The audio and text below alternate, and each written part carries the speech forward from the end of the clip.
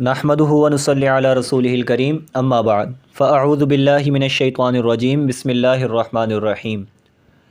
وما خلقت الجن والانس الا لیعبدون صدق اللہ العظیم۔ میرے بھائیوں، دوستوں، بزرگوں، اللہ رب العزت نے میری اور آپ کی بلکہ اپنے تمام عالم کی کامیابی اپنے پورے کے پورے دین میں رکھی ہے، اور اللہ تعالیٰ نے قرآن مجید میں انسان کو دنیا میں بھیجنے کا مقصد بیان فرمایا کہ میں نے جنوں اور انسانوں کو صرف اپنی عبادت کے لیے بھیجا ہے۔ تو ہمیں چاہیے کہ ہم جس مقصد کے لیے بھیجے گئے ہیں ہم اس کام کو اللہ تعالیٰ کے بتائے ہوئے طریقوں پر پورا کرنے والے بن جائیں، اور اللہ تعالیٰ نے وہ کام اپنے کلام مجید میں بیان فرمایا ہے۔ اللہ تعالیٰ نے اس امت کو بہترین امت کہا ہے، وہ اس لیے کہ اللہ تعالیٰ قرآن مجید میں فرماتے ہیں کہ تم بہترین امت ہو، تم لوگوں کی نفع رسانی کے لیے نکالے گئے ہو، تم لوگوں کو بھلی باتوں کا حکم کرتے ہو اور بری باتوں سے منع کرتے ہو، اور ایک اللہ پر ایمان رکھتے ہو۔ تو ہمیں چاہیے کہ ہم اللہ تعالیٰ نے ہمارے بارے میں جیسا فرمایا ہے ہم اسی طرح اللہ تعالیٰ کو بن کے پھر دکھائیں۔ تو ہمیں چاہیے کہ ہم بھی اللہ تعالیٰ کے بتائے ہوئے طریقوں پر پورا عمل کرنے والے بن جائیں۔ تو جیسا کہ آپ سبھی لوگوں کو یاد ہوگا کہ پچھلی مرتبہ ہم نے سورۃ البقرہ کے رکوع نمبر 4 کی تفسیر جانی تھی، اور آج ہم لوگ سورۃ البقرہ کے رکوع نمبر 5 کی تفسیر شروع کرنے جا رہے ہیں۔ اللہ تعالیٰ سے دعا ہے کہ اللہ تعالیٰ ہمیں اس تفسیر کو سننے، اس کو سمجھنے اور اس پر عمل کرنے کی توفیق عطا فرمائے۔ تو چلیے شروع کرتے ہیں۔ بسم اللہ الرحمن الرحیم۔ یا بنی اسرائیل اذکروا نعمتی التی انعمت علیکم واوفوا بعہدی اوف بعہدکم وایای فارہبون۔ اللہ تعالیٰ فرماتے ہیں، اے بنی اسرائیل، میری وہ نعمت یاد کرو جو میں نے تم کو عطا کی تھی، اور تم مجھ سے کیا ہوا عہد پورا کرو تاکہ میں بھی تم سے کیا ہوا وعدہ پورا کروں، اور تم کسی اور سے نہیں بلکہ صرف مجھ ہی سے ڈرو۔ اس کی تفسیر میں آتا ہے، اللہ تعالیٰ نے فرمایا، اے بنی اسرائیل یعنی حضرت یعقوب علیہ السلام کی اولاد، یاد کرو تم لوگ میرے ان احسانوں کو جو کیے ہیں میں نے تم پر، تاکہ حق کے نعمت سمجھ کر ایمان لانا تمہارے لیے آسان ہو جائے۔ آگے اس یاد کرنے کی مراد بتلاتے ہیں۔ اللہ تعالیٰ فرماتے ہیں، اور پورا کرو تم میرے وعدے کو، یعنی تم نے جو تورات میں مجھ سے عہد کیا تھا، جس کا بیان قرآن کی اس آیت میں ہے، وَلَقَدْ أَخَذَ اللَّهُ مِيثَاقَ بَنِي إِسْرَائِيلَ وَبَعَثْنَا مِنْهُمُ اثْنَيْ عَشَرَ نَقِيبًا۔ یہ سورۃ المائدہ کی آیت ہے۔ پورا کروں گا میں تمہارے عہد کو۔ اللہ تعالیٰ فرما رہے ہیں، اگر تم اپنے عہد کو پورا کرو گے تو میں اپنے عہد کو پورا کروں گا، یعنی اپنے وعدے کو پورا کروں گا۔ یعنی میں نے جو وعدہ تم سے کیا تھا ایمان لانے پر، جیسا کہ آیت مذکورہ میں ہے، لَأُكَفِّرَنَّ عَنْكُمْ سَيِّئَاتِكُمْ، اور صرف مجھ ہی سے ڈرو، جیسا کہ آیت مذکورہ میں اللہ تعالیٰ نے بتایا ہے، لَأُكَفِّرَنَّ عَنْكُمْ سَيِّئَاتِكُمْ، اور اس کے بعد فرمایا کہ صرف مجھ ہی سے ڈرو، اپنے عوام معتقدین سے نہ ڈرو کہ ان کا اعتقاد نہ رہے گا، ان سے آمدنی بند ہو جاوے گی۔ اس کے بعد اللہ تعالیٰ فرماتے ہیں، وَآمِنُوا بِمَا أَنزَلْتُ مُصَدِّقًا لِمَا مَعَكُمْ وَلَا تَكُونُوا أَوَّلَ كَافِرٍ بِهِ وَلَا تَشْتَرُوا بِآيَاتِي ثَمَنًا قَلِيلًا وَإِيَّايَ فَاتَّقُونِ۔ اور جو کلام میں نے نازل کیا ہے اس پر ایمان لاؤ، جبکہ وہ اس کتاب یعنی تورات کی تصدیق بھی کر رہا ہے جو تمہارے پاس ہے، اور تم ہی سب سے پہلے اس کے منکر نہ بن جاؤ، اور میری آیتوں کو معمولی سی قیمت لے کر نہ بیچو، اور کسی اور کے بجائے صرف میرا خوف دل میں رکھو۔ یعنی اللہ تعالیٰ نے فرمایا کہ اے ایمان والو، ایمان لے آؤ اس کتاب پر جو اللہ تعالیٰ نے نازل کی ہے، یعنی قرآن مجید پر، ایسی حالت میں کہ وہ سچ بتلانے والی ہے، جو تمہارے پاس کتاب ہے اس کے بارے میں بھی، یعنی تورات کے کتاب الہی ہونے کی تصدیق کرتی ہے، اور جو اس میں تحریفات کی گئی ہیں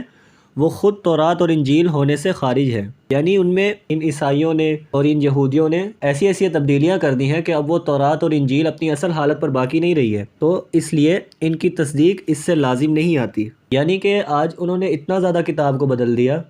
کہ یہ جو قرآن مجید نے تصدیق کی ہے، یہ آج کل کی کتابوں کی تصدیق نہیں کی، جو آج کل تورات اور ہمیں زبور اور انجیل، زبور تو نہیں، جو آج کل ہمیں تورات اور انجیل ملتی ہے۔ تو اللہ تعالیٰ نے قرآن مجید میں جو فرمایا ہے کہ وہ اس کی تصدیق کرتی ہے، وہ آج کل کی کتابوں کی نہیں ہے، وہ اس کتابوں کی تصدیق کے بارے میں کہا ہے جو اللہ تعالیٰ نے پہلے نازل فرمائی تھی۔ اس کے بعد اللہ تعالیٰ نے فرمایا کہ تم انکار کرنے والے سب سے پہلے نہ بن جاؤ، کیونکہ اس کے بعد جتنے لوگ بھی انکار کریں گے ان سب کا گناہ تمہارے ہی ذمہ آئے گا، ان سب کا گناہ تمہارے سر ہوگا،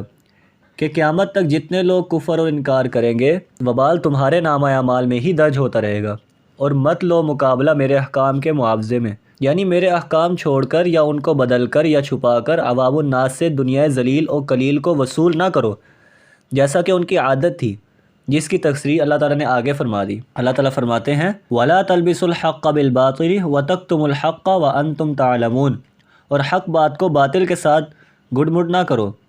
اور نہ حق بات کو چھپاؤ جبکہ اصل حقیقت تم اچھی طرح جانتے ہو۔ یعنی اللہ تعالیٰ نے فرمایا کہ مخلوط نہ کرو آپس میں سچ اور جھوٹ کو، حق اور ناحق کو، اور پوشیدہ بھی نہ کرو حق کو اس حالت پہ کہ تم جانتے بھی ہو کہ اصل بات کیا ہے۔ یعنی اللہ تعالیٰ نے بنی اسرائیل کی ایک عادت بتلائی کہ بنی اسرائیل یعنی عیسائی وغیرہ اور یہودی وغیرہ،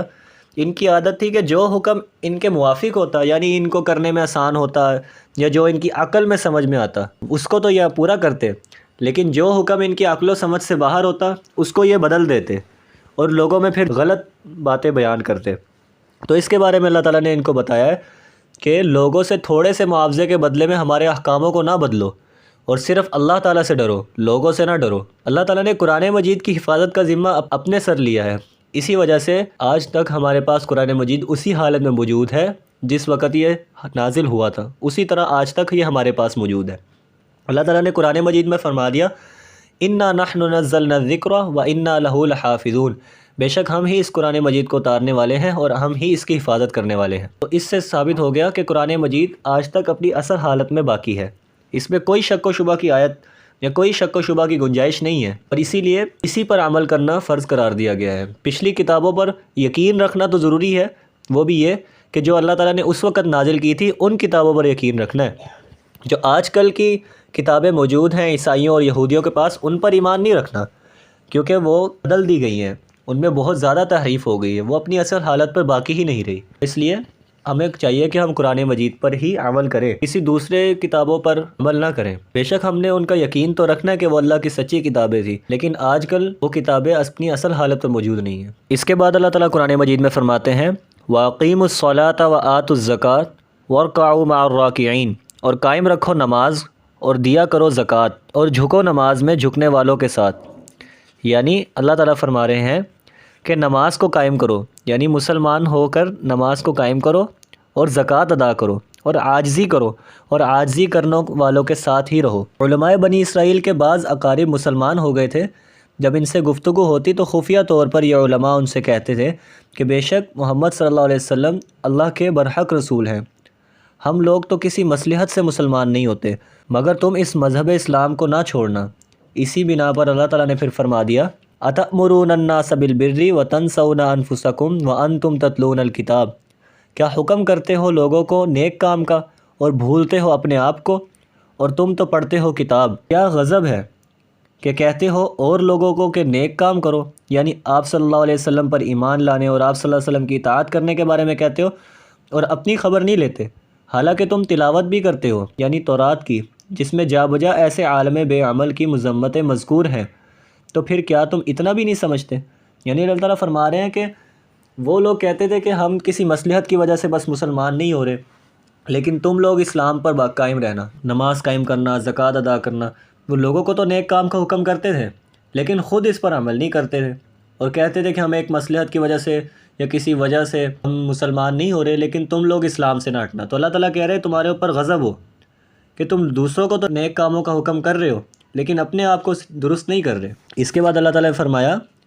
وَاسْتَعِينُوا بِالصَّبْرِ وَالصَّلَاةِ، اور مدد چاہو صبر سے اور نماز سے، وَإِنَّهَا لَكَبِيرَةٌ إِلَّا عَلَى الْخَاشِعِينَ، اور البتہ وہ بھاری ہے مگر انہی عاجزوں پر۔ یعنی اللہ تعالیٰ نے فرمایا اور مدد لو، یعنی اگر تم کو حب مال اور حب جاہ کی وجہ سے ایمان لانا دشوار معلوم ہوتا ہے تو اللہ کی مدد لو اور صبر اور نماز سے مدد لو، یعنی ایمان لا کر صبر اور نماز کا التزام کرو تو یہ حب مال اور جاہ یعنی مال اور دنیا سے محبت دل سے نکل جائے گی۔ یعنی اللہ تعالیٰ فرما رہے ہیں کہ اگر تم کو حب مال اور حب دنیا کی وجہ سے ایمان لانا دشوار معلوم ہوتا ہے تو اللہ کی مدد لو، اور مدد کس طرح لینی ہے؟ صبر اور نماز کے ذریعے سے، یعنی ایمان لا کر صبر اور نماز کا التزام کرو گے تو یہ دنیا اور مال کی محبت دل سے نکل جائے گی۔ اور اگر کوئی کہے کہ خود نماز اور صبر کا التزام بہت مشکل ہے تو وہ سن لے کہ بے شک وہ نماز انہی لوگوں کے لیے دشوار ہے جن کے قلوب میں خشوع خضوع نہیں ہے، لیکن جن کے قلوب میں خشوع خضوع ہے یعنی وہ پورے توجہ اور دھیان کے ساتھ نماز پڑھتے ہیں، ان کے لیے یہ چیز بالکل بھی مشکل نہیں ہے۔ اللہ تعالیٰ نے فرمایا الذین یظنون انہم ملاقو ربہم وانہم الیہ راجعون، پیچھے اللہ تعالیٰ نے فرمایا تھا کہ مگر ان لوگوں کو نہیں جو خشوع خضوع یعنی عاجزی سے نماز پڑھتے ہیں، اور وہ لوگ جو اس بات کا خیال رکھتے ہیں کہ وہ اپنے پروردگار سے ملنے والے ہیں اور ان کو اسی کی طرف لوٹ کر جانا ہے۔ اس کی تفسیر میں آتا ہے کہ خاشعین سے مراد وہ لوگ ہیں جو اللہ تعالیٰ سے ملنے کا خیال رکھتے ہیں، یعنی وہ ان کو پتہ ہے کہ ہم نے اللہ تعالیٰ سے ملنا ہے، ہم نے اپنے اعمال کا حساب دینا ہے، اور اس بات کا بھی خیال رکھتے ہیں کہ وہ اپنے رب کی طرف واپس جانے والے ہیں، تو اس وقت اس کا حساب و کتاب بھی دینا ہوگا، اور دونوں خیالوں سے رغبت بھی پیدا ہوگی اور خوف بھی، اور یہی دو چیزیں ہر عمل کی روح ہیں۔ یعنی یہاں پر یہ بیان کر دیا کہ یہ دو چیزیں ہیں، خوف اور رغبت، اس سے انسان کے ہر عمل اچھا ہو جاتا ہے، کہ اس کو پتہ ہوتا ہے کہ میں جو عمل کروں گا اس کا حساب میں نے اللہ تعالیٰ کو دینا ہے، چاہے وہ عمل نیک ہو چاہے وہ عمل برا ہو، میں نے اس کا حساب اللہ تعالیٰ کے سامنے دینا ہے۔ اور یہاں پر نماز کے بارے میں بتایا کہ اللہ تعالیٰ نے فرمایا نماز ادا کرو، زکوٰۃ ادا کرو، اور اگر یہ کہتے کہ یہ کام تو بڑا مشکل ہے، تو اللہ تعالیٰ نے فرما دیا کہ یہ کام تو انہی لوگوں کے لیے مشکل ہے جن کے دل میں خشوع خضوع نہیں ہے، جن کے دل میں اللہ کا خوف نہیں ہے۔ تو میرے بھائیوں، تو ہمیں چاہیے کہ ہم اپنے نمازوں میں خشوع خضوع پیدا کرنے والے بن جائیں، ہم اللہ تعالیٰ کے لیے زکوٰۃ ادا کرنے والے بن جائیں، اور جو بھی کام کرنا ہے اللہ کی رضا کے لیے کرنا ہے، دوسروں کو دکھانے کے لیے نہیں کرنا، کیونکہ اللہ تعالیٰ فرمائیں گے قیامت میں کہ جس کو دکھانے کے لیے یہ کام کیا تھا اسی سے جا کر بدلہ لے لو۔ تو دیکھیں، اگر ہم نے یہ کام اللہ تعالیٰ کے لیے کیا ہوگا تب تو ہمارا فائدہ ہے، لیکن اگر ہم نے یہ کام اللہ کے لیے نہیں بلکہ کسی دوسرے کو دکھانے کے لیے کہ اچھی نماز پڑھ رہا ہوں، وہ ساتھ والا مجھے دیکھ رہا ہے، اگر میں اچھی نماز پڑھوں گا تو یہ میری تعریف کرے گا، اگر اس نیت سے اگر وہ نماز اچھی پڑھ رہا ہے تو میرے بھائیوں، یہ اس کی نماز اچھی پڑھنے کا کوئی فائدہ نہیں، یہ نماز ہی اس پر حجت بن جائے گی، اس کو جہنم میں لے جانے والی بن جائے گی۔ اور اگر کوئی اس لیے زکوٰۃ دے رہا ہے یا اس لیے صدقات خیرات کر رہا ہے کہ لوگ مجھے کہیں گے بڑا سخی ہے، بڑا نیک ہے، تو میرے بھائیوں، یہی مال چاہے وہ ایک پہاڑ کے برابر ہی سونا چاندی کیوں نہ خرچ کر دے، یہی مال اس کے لیے وبال جال بن جائے گا آخر میں۔ تو میرے بھائیوں، ہمیں چاہیے کہ ہم سارے کام، جو بھی ہم کام کریں، ہم خالص اللہ تعالیٰ کی رضا کے لیے کریں، اس میں کسی قسم کا بھی دکھلاوا ہمارے دل میں نہ ہو، پھر ہی ہم اللہ تعالیٰ سے آخرت میں جنت کی امید رکھ سکتے ہیں۔ تو بس میرے بھائیوں، یہ سورۃ البقرہ کے 5ویں رکوع کی تفسیر آج ہم نے مکمل کی ہے۔ یہ چھوٹا سا رکوع تھا اور اس کی مختصر سی تفسیر تھی۔ اللہ تعالیٰ سے دعا ہے کہ اللہ تعالیٰ ہمیں اس تفسیر کو سمجھنے، اس کو سننے اور اس پر عمل کرنے کی توفیق عطا فرمائے۔ وآخر دعوانا ان الحمد للہ رب العالمین۔